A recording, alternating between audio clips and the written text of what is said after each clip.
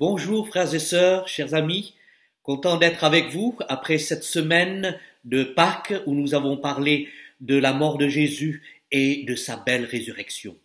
Mais pour ce matin, revenons aux derniers enseignements de Jésus avant qu'il ait accompli la croix, la résurrection et le retour au ciel.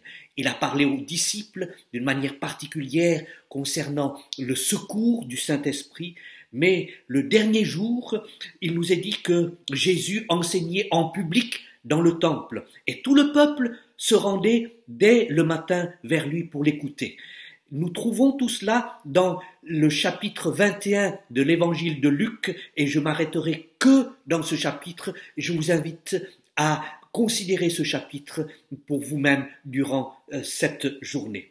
Jésus, dans cet enseignement, expliquait qu'un jour, il reviendra sur terre pour juger et régner. Alors il nous est dit, ils lui demandèrent, Maître, quand donc cela arrivera-t-il et à quel signe reconnaîtra-t-on que ces événements vont se produire? Alors Jésus va donner les signes précurseurs de sa venue. Il dit, quand vous entendrez parler de guerre et de soulèvement, premier signe annonciateur, la violence, la recrudescence des conflits internationaux et des affrontements. Puis, Jésus ajoute en parlant des bouleversements écologiques, climatiques, quand il parle de tremblements de terre en divers lieux. Il parle de réchauffement de la planète, il parle de la montée des eaux. Quand je lis « Et sur la terre, les nations seront dans l'angoisse, épouvantées par le bruit de la mer et des vagues. » Il va parler puis aussi des catastrophes sanitaires, puisqu'il va parler de peste, des pandémies qui vont toucher le monde. Puis il va parler également de catastrophes économiques et il va parler de famine, des nations qui seront touchées par la famine. Et il va même parler de phénomènes cosmiques terribles. Il est parlé de phénomènes terrifiants et de grands signes dans le ciel. Quel bouleversement! Il y aura également des bouleversements dans le domaine de ce qui est de la foi et de la religion, puisque Jésus dit « Faites bien attention de ne pas vous laisser égarer. En effet, beaucoup viendront sous mon nom en disant « C'est moi ». Et le moment est arrivé.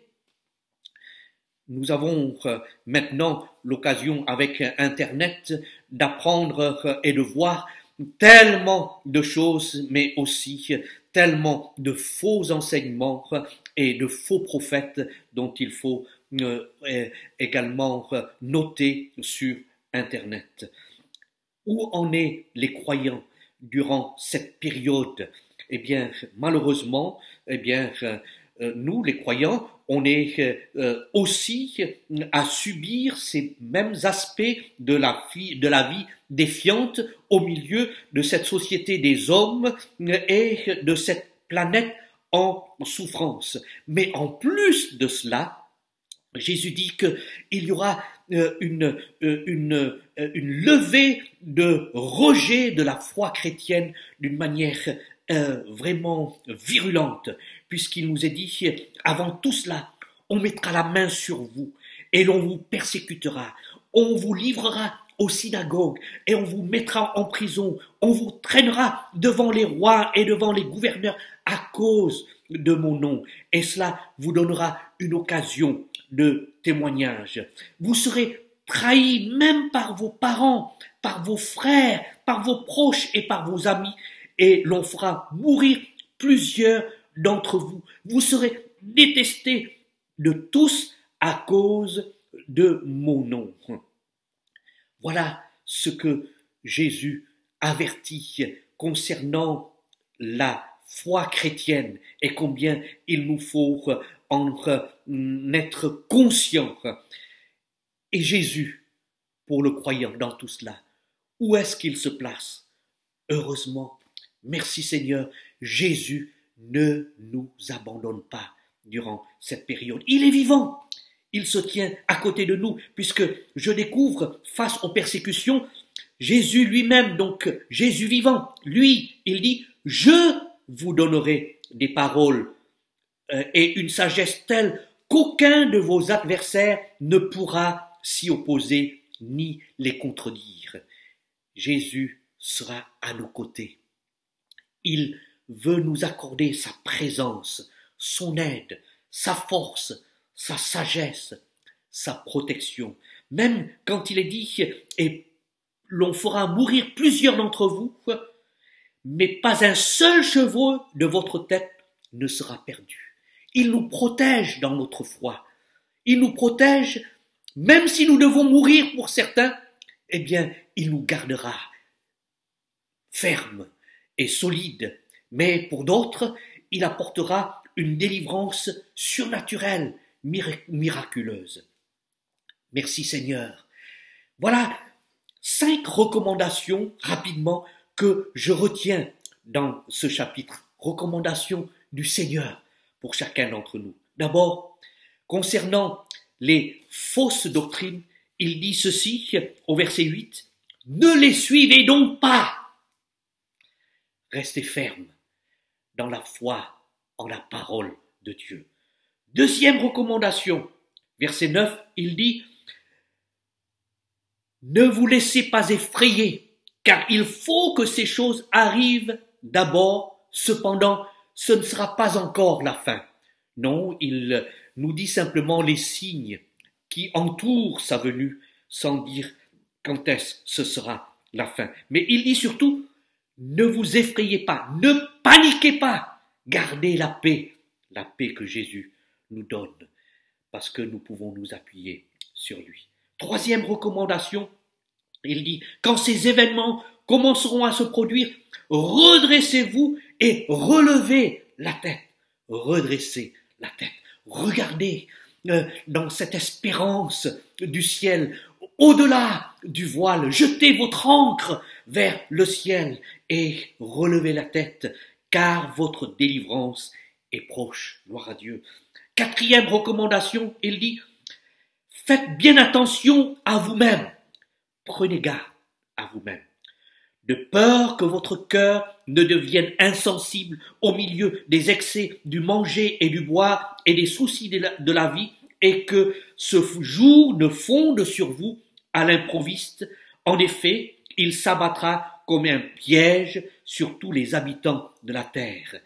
Il nous dit de faire attention pour conserver notre consécration dans le Seigneur. Et dernière recommandation, restez donc en éveil et priez en tout temps, afin d'avoir la force d'échapper à tous ces événements à venir et de vous présenter debout devant le Fils de l'homme. La prière pour tenir ferme. Ne suivez pas les fausses doctrines, ne paniquez pas, redressez la tête, prenez garde à vous-même, à votre consécration, et priez, restez en éveil. Alléluia. Merci Seigneur. Et le résumé de tout cela, je le trouve au verset 19. Par votre persévérance, vous sauverez votre âme. Un homme de Dieu pouvait dire ceci, un croyant persévérant, c'est celui qui ne s'écarte pas de son but délibéré et de sa fidélité à la foi et à la piété malgré les plus grandes épreuves et douleurs. Vous savez, les synonymes de la persévérance, c'est la constance, la résistance, l'endurance, la fermeté, être inébranlable, immuable dans notre attente. Alléluia. Jésus revient. Jésus revient. Oh, je veux rester attaché au Seigneur. Toi aussi, mon frère, ma sœur, reste attaché au Seigneur. Et s'il y a quelqu'un qui n'a pas encore donné sa vie au Seigneur, c'est aujourd'hui le moment de s'attacher au Seigneur. Oh, que Dieu vous bénisse. Restez ferme dans le Seigneur. Il revient.